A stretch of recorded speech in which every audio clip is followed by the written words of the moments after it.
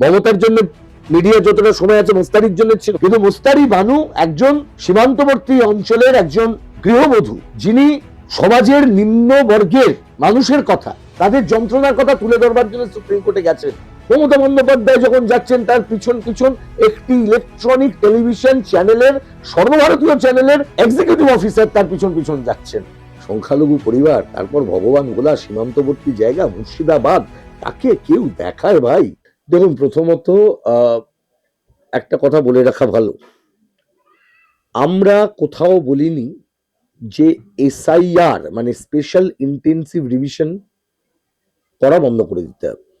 আমরা যেটা বলেছিলাম, এসআইআর ইন দিস ফর্ম, মানে এখন যেভাবে হচ্ছে, ভারতের নির্বাচন কমিশন যেভাবে এসআইআর প্রক্রিয়া চালু করেছে, যেভাবে বাংলায় হচ্ছে, এই প্রক্রিয়াটা অবৈধ, অসাংবিধানিক। কেন? খুব সিম্পল কথা, আমাদের দেশের নির্বাচন কমিশন তারা আমাদের সংবিধান দ্বারা সৃষ্ট একটি স্বায়ত্তশাসিত সংস্থা, যাদের উপর দেশের গণতন্ত্রের নির্বাচন করার মতন, এবং নির্বাচন মানে মনে রাখতে হবে একটি অবাধ নির্বাচন করার মতন যে কাজ, সেই কাজকে নষ্ট করেছে। ভারতের নির্বাচন কমিশন নির্বাচন করার জন্য স্বচ্ছ ও অবাধ নির্বাচন মানে এটা বুঝতে হবে, কারণ বাংলাদেশেও একটা ভোট হব করছে, এখন সেই ভোটটা কিরম হবে সেটাকে তো আপনি অবাধ বলতে পারবেন কি পারবেন না, সেই ভোটের উপর নির্ভর করবে। কিন্তু আমাদের ভারতের গণতন্ত্রের নির্বাচন তো এরকম ভাবে আমরা অবাধ নির্বাচন বুঝি না। অবাধ নির্বাচন মানে সবাই সমান সুযোগ পাবে, সব মানুষ ভোটাধিকার প্রয়োগ করবে, ভয় ভীতিহীন ভোট হবে, এবং ভোটের শেষে মানুষ যাদেরকে পছন্দ করবেন তারা জিতবেন, যাদের পছন্দ করবেন না তারা জিতবেন না। এই রকম একটা প্রক্রিয়া, সেই প্রক্রিয়া সম্পন্ন করতে হবে। কিন্তু ভারতের নির্বাচন কমিশন এবারে যখন এই স্পেশাল রিভিশন করলো, সেই স্পেশাল রিভিশনে কিছু নতুন জিনিস তারা নিয়ে এলেন। আচ্ছা, নতুনত্বটা কি হলো?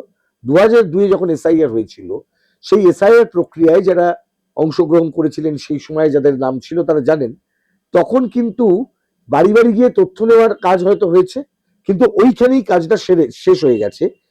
কখনোই এই যে এনুমারেশন ফর্ম ফিল আপ করা, জমা দেওয়া, এবং এই যে লিঙ্কিং, 2002 তালিকাতে তোমার নাম আছে কিনা, না থাকলে একটা ক্লাস আর থাকলে একটা ক্লাস, দুটো শ্রেণী হয়ে যাওয়া 2002 ভোটার তালিকার ভিত্তিতে, এটা কিন্তু সম্পূর্ণ একটা নতুন বিষয় নির্বাচন কমিশন এই এসআইআর প্রক্রিয়ার মধ্যে ইন্ট্রোডিউস করেছে।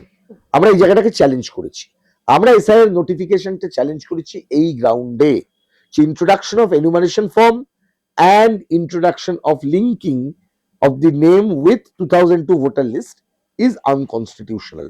মোস্তারি বানুর ক্ষেত্রেও যেটা দেখা গেছে, আরো অনেকের ক্ষেত্রে, যে 2002 লিস্টে নাম আছে, কিন্তু তারপরেও তাদেরকে শুনানির জন্য ডাকা হয়েছে। এটা তো একটা বড় কথা, সেটা মুস্তারি বানু মামলা করার পরে শুনানির জন্য ডাক পেয়েছেন। এরকম মুর্শিদাবাদ জেলা জুড়ে প্রায় লক্ষাধিক মানুষ এরকম নোটিশ পেয়েছেন। সারা পশ্চিমবঙ্গে যদি আপনি দেখেন, সমস্ত সংখ্যালঘু এলাকাতে শয়ে শয়ে মানুষ এই ধরনের নোটিশ পাচ্ছেন। শুধু সংখ্যালঘু এলাকা কেন, আপনি সংখ্যা লঘু মানুষ নন, যারা হিন্দু, সেই মানুষের কাছেও এই নোটিশ পৌঁছাচ্ছে। বারংবার এই ঘটনাগুলো ঘটছে, মানুষ হ্যারাস করছেন। তখন এই হ্যারাসমেন্টের কারণ তো ওইখানেই। যদি এটা এসআইআর প্রক্রিয়া যেভাবে, মানে এসআর মানে স্পেশাল রিভিশন 2002 যেভাবে হয়েছে সেভাবে যদি সম্পন্ন হতো, তাহলে তো এইরকম একটা অবস্থা তৈরি হতো না। 2002 কি অবস্থা তৈরি হয়েছিল? নির্বাচন কমিশনই তো করেছিলেন। কিন্তু 2002 এসআইআর কি ইস্যু হয়েছিল? স্পেশাল রিভিশন কি ইস্যু হয়েছিল? তখন পশ্চিমবাংলায় বামফ্রন্টের সরকার ছিল। কিন্তু 2002 কোনো দলকেই এসআর কে কোনো ইস্যু করতে হয়নি। কিন্তু এসআর যখন 2026 সালে গিয়ে এসআইআর হয়ে যাচ্ছে 25-এর শেষ থেকে, তখন কিন্তু এটা বাংলার মানুষের মধ্যে একটা ভয়ঙ্কর আতঙ্কের জন্ম দিচ্ছে। মোস্তারি বানুর কেসে সুপ্রিম কোর্টের তাহলে পর্যবেক্ষণটা কি? খুব পরিষ্কার কথা, মোস্তারি বানুর মামলা প্রথম থেকে যখন হচ্ছে, সেই মামলাতেই আমরা ওই মাধ্যমিক পরীক্ষার যে অ্যাডমিট কার্ড হয়েছিল, ওই মামলাতেই আধার সংক্রান্ত যে বিষয় যখন অ্যাকসেপ্ট করছিলেন না আধার, বিহারে সুপ্রিম কোর্টের ডিরেকশন ছিল আধারকে অ্যাকসেপ্ট করতে হবে। প্রথম যখন আবার ক্লারিফাই করলেন, সেটা এই মামলাতেই হলো। এবং আরো যে সমস্ত ইন্টারিম রিলিফ আমরা পেয়েছিলাম মানুষের জন্য, তখন কিন্তু this was the lead matter, and এখনো পর্যন্ত এই ম্যাটারটাই লিড ম্যাটার। আবার বলছি, মোস্তারি বানুর মামলাটি প্রথম মামলা, মানে এই নয় যে এটি একমাত্র মামলা, কিন্তু মোস্তারি বানু একজন সীমান্তবর্তী অঞ্চলের একজন গৃহবধূ, যিনি সমাজের নিম্ন বর্গের মানুষের কথা, সংখ্যালঘু মানুষের কথা, তাদের যন্ত্রণার কথা তুলে ধরবার জন্য সুপ্রিম কোর্টে গেছেন। মুস্তারি বানু সেই কথাগুলো তুলে ধরেছেন তার পিটিশনে। এটাই তো সবচাইতে বড় বিষয়। আর সেই মামলাতেই এগুলো অর্ডারগুলো হচ্ছে। তারপর অনেক অনেক মামলা ফাইল হয়েছে। রিসেন্টলিও আপনারা দেখেছেন একটি মামলা ফাইল হয়েছে সাংবাদিকদের উন্মাদনা হয়তো অন্য কোনো বিষয় নিয়ে, কিন্তু মুস্তারি বানুর কথাটা চাপাই পড়ে থেকেছে হয়তো সেই জন্য। আপনারা এটা বলছেন যে মোস্তারি বানুর মামলাটাই প্রথম মামলা, আপনি আইনজীবী তার, কিন্তু লাইমলাইট নিয়ে নিয়েছেন মমতা বন্দ্যোপাধ্যায়। লাইমলাইট ফাইমলাইট না, সকলেই করতে পারেন মামলা, কিন্তু এটা তো ফ্যাক্ট। উনি প্রথম গেছেন, প্রথম এই মামলাটা হচ্ছে। তখন কেন মোস্তারি বানু মানে কোর্টে আপনি যাননি? দেখাতেন, এটা প্রশ্ন উঠছে। আপনি দেখাতেন, আপনি দেখাতেন মমতা বন্দ্যোপাধ্যায়কে মিডিয়া যতটা সময় দেয় আমাদের ততটা সময় দিত? মমতার জন্য মিডিয়া যতটা সময় আছে মুস্তারির জন্য ছিল থাকে? হিন্দুত্ববাদী ভারতবর্ষের মিডিয়া, নিয়ন্ত্রিত মিডিয়া, পুঁজি নিয়ন্ত্রিত মিডিয়া, গদি মিডিয়া বা দিদি মিডিয়া, তাদের সময় থাকতো মুস্তারির জন্য? এমনিতেই মোস্তারি বানু নামটা শুনলে নাকটা শীত করছে না? শীত করছে না একটু একটু? মোস্তারি বানু, মোস্তারি বানু, মমতা বন্দ্যোপাধ্যায় ব্রাহ্মণের মেয়ে, উফ সুন্দর গন্ধ বেরোচ্ছে নাম থেকে। মোস্তারি বানু মানে একটু নাকটা শীতকে যায়। হবেই তো, এটাই তো মিডিয়া, পশ্চিমবাংলার মিডিয়া তো এটাই। গ্রামের মানুষকে বিরুদ্ধে, মানে গ্রামের মানুষের দুঃখ যন্ত্রণার কথা ইন্ডিভিজুয়ালি দেখান না আপনারা, বাস্তব কথা। মিডিয়ার সময় হয় না। মমতা বন্দ্যোপাধ্যায় সেদিন গিয়েছিলেন, তখন মিডিয়া মমতা বন্দ্যোপাধ্যায় গাড়িতে চাপলেন, মমতা বন্দ্যোপাধ্যায় সুপ্রিম কোর্টে পাস বানালেন, মমতা বন্দ্যোপাধ্যায় আহা হা কি করছেন, অসাধারণ, মহান। আরে মহান ঠিক আছে, যদি মহান হয়ে যদি স্যার বন্ধ হয়ে যেত ভালো হতো। তাহলে মমতা বন্দ্যোপাধ্যায় কি করলেন? আমি একবারও বলছি না গিমিক, মোস্তারি বানুও বলেননি গিমিক, কিন্তু এই প্রশ্নটা আজকে শুধু মোস্তারি বানুর প্রশ্ন নয়, ভারতবর্ষের মিডিয়া, গদি মিডিয়া বা দিদি মিডিয়া, এটাই বাস্তবতা যে সেখানে যদি কোনো নামের পাশে কোনো একটা লুক্রেটিভ কোনো পদের কথা উল্লেখ থাকে, কোনো নাম যদি বাজারে বেশি বিকোয়, কোনো নামে যদি সুগন্ধ বেরোয়, তথাকথিত সুগন্ধ, বড়লোকি সুগন্ধ, এলিট সুলভ সুগন্ধ, তথাকথিত লিবারেল সুলভ সুগন্ধ, সেখানে সেই নামের পিছনে সবাই দৌড়াবেন। মোস্তারি বানু একে সংখ্যালঘু পরিবার, তারপর ভগবান গোলা সীমান্তবর্তী জায়গা মুর্শিদাবাদ, তাকে কেউ দেখায় ভাই? এটা বুঝে নিতে হবে তো, এটাই তো বাস্তবতা।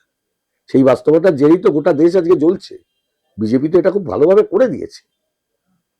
সারা দেশে গরিব মানুষের জন্য, খেটে খাওয়া মানুষের জন্য মিডিয়ার সময় কত? কালকে সারা দেশে বন্ধ হচ্ছে, কটা মিডিয়া কটা খবর করছে কালকের বন্ধ নিয়ে? আছে? নেই। মূল লক্ষ্য তো হওয়া উচিত ভোটারদের মৌলিক অধিকার একদম রক্ষা। একদম। কিন্তু দেখা যাচ্ছে যে মমতা বন্দ্যোপাধ্যায় কোর্টে গেলেন, পাল্টা মোস্তারি বানু প্রথম মামলাকারী, এই যে একটা কনফ্লিক্ট, কোনো সেটা কনফ্লিক্ট কি নেই, কোনো কনফ্লিক্ট নেই। সিপিআইএম কি রাজনীতি করার জন্য মোস্তারি বানুকে সামনে রাখছেন? কোনো কনফ্লিক্ট নেই। কিসের কনফ্লিক্ট? কোর্টে যে কোনো মানুষ যেতে পারেন। আমার বক্তব্য অন্য কিছু নয়। রাজনীতি আবার কি?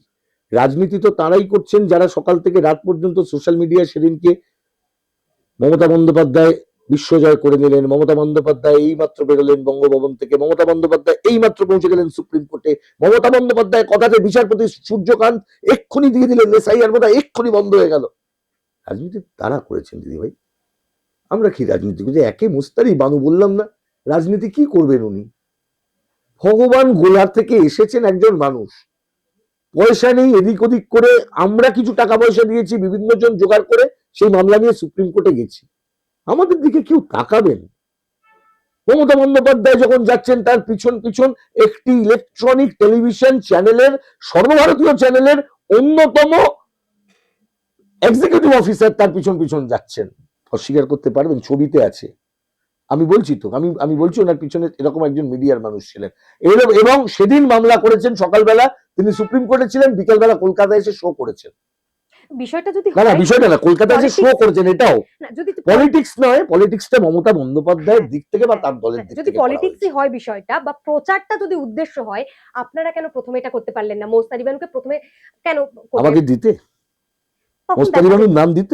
কিন্তু আপনারা তখন কে বলেছে করলেন না? কে বললো না? সেই পলিটিক্স, এইটা পলিটিক্স কেন করবো? সুপ্রিম কোর্টের জাজমেন্ট নিয়ে, জাজমেন্টের মাথার উপর লেখা আছে মোস্তারি বানু বনাম ইলেকশন কমিশন অফ ইন্ডিয়া। কোন মিডিয়ার কোনোদিন কোনো প্রশ্ন হলো না? দিতেন? দিতেন না। কোনো জায়গাতেই এদের জন্য কোনো স্পেস নেই দিদি ভাই, বুঝে নিন। নাম মমতা বন্দ্যোপাধ্যায় হলে সবার জন্য অনেক স্পেস থাকে। বন্দ্যোপাধ্যায় ব্রাহ্মণ, মুখ্যমন্ত্রী, ক্ষমতাবান। আর ক্ষমতাবান চরিত্রকে সামনে রেখে ক্ষমতাহীনদের আরো ক্ষমতাহীন করিয়ে দেওয়াটার নামই কিন্তু এই মুহূর্তে দাঁড়িয়ে যে পুঁজিবাদী আগ্রাসন আজকে চলছে ভারতবর্ষে তার চরিত্র এটা। নারী ক্ষমতায়নের কথা মুখে বলবো আর আসলে ইন্ডিভিজুয়াল ক্যারেক্টারকে গ্লোরিফাই করব, আর বাকিদের ক্ষেত্রে নয়।